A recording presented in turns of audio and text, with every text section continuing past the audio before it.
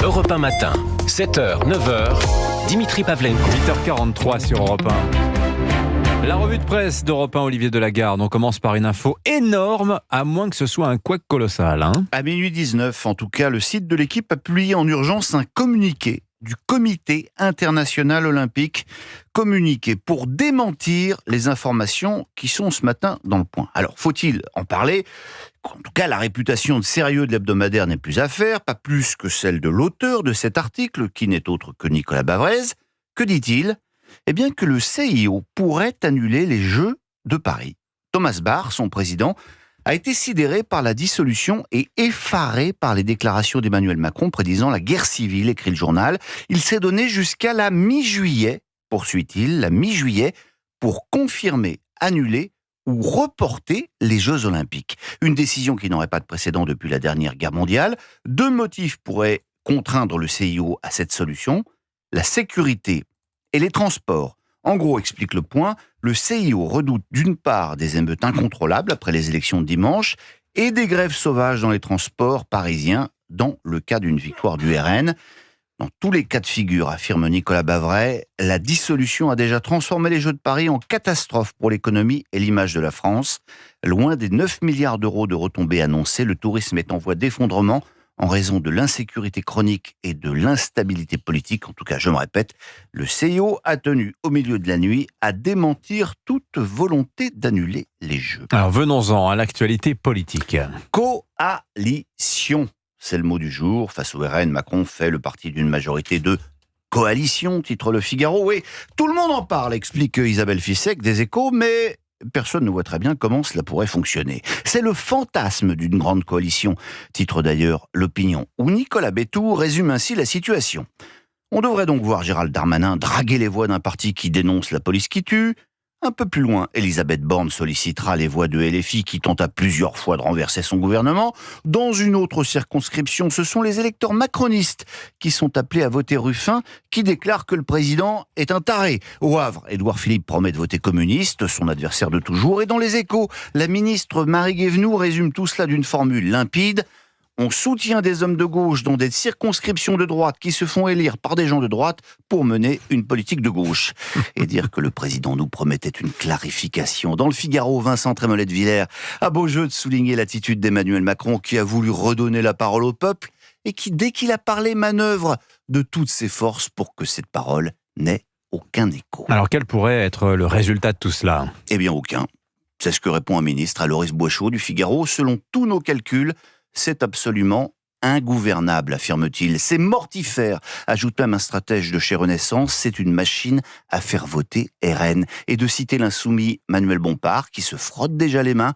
Dans ce genre de scénario, le système ne gagnera qu'un sursis avant l'affrontement final, explique-t-il, à savoir, selon lui, un second tour Mélenchon-Le Pen à la présidentielle de 2027. Alors vous parlez de Manuel Bompard, il sera d'ailleurs à 18h, l'invité de Laurence Ferrari, dans Punchline sur Europe 1 et CNews. Alors d'autres élections maintenant, Olivier Delagarde, mais plus paisibles. Oui, c'est l'alternance tranquille. Titre non sans une certaine envie Les Échos, élections législatives au Royaume-Uni aujourd'hui qui se déroule sans psychodrame à la française. C'est une lourde défaite qui attend les conservateurs, explique Dominique Seux, mais c'est surtout le grand recentrage de Keir Starmer, le leader travailliste, qui a par exemple promis la stabilité fiscale, ce que lui a apporté fait plutôt rare l'appui du Financial Times.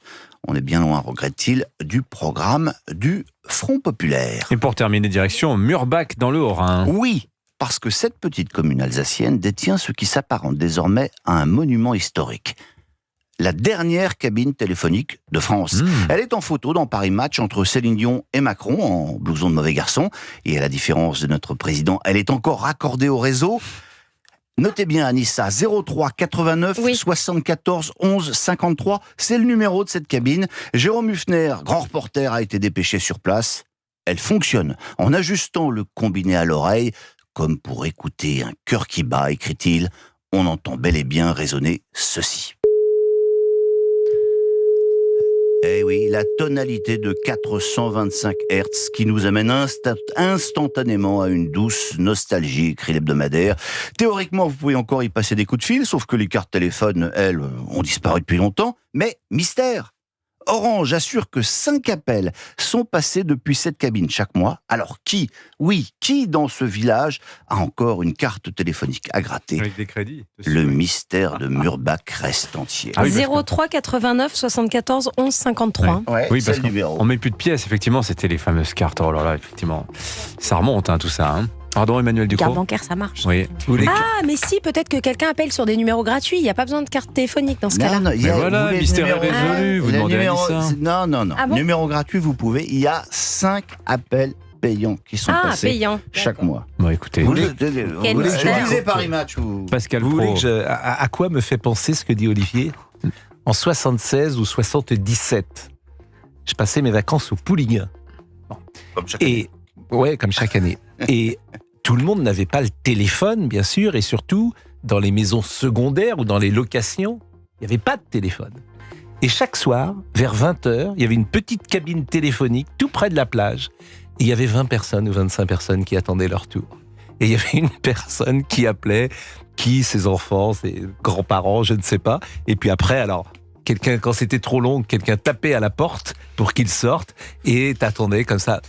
Raconte ça à tes enfants. Oui. Raconte ça à tes enfants qui ont un téléphone portable. C'est pas très vieux ce dont je Ah vous oui, parle. on mangeait du rutabaga et les avions allemands qui passaient dans le ciel. Mais c'est vrai que quand on met ça. Non, mais. Non, mais alors là, je dis ça. Non, exprès. mais attendez. J'ai raconté. Non, pas Oh vous. là là. Pas ça. Là, c'est. Moi, j'avais 13 ans, c'est en 67, Mais je sais, Pascal, mais j'ai connu 77. ça. Moi, j'ai On a appelé, le même j'ai appelé âge. mes petites copines avec les. Voilà. ces cabines. Oui, mais il y avait Voilà. il y avait la file d'attente. Oui, mais il n'y avait pas Avec la file 20 heures, il y avait, mais tous les soirs, il fallait, alors, on se disait, si on voulait passer un coup de fil, faut aller un petit peu tôt.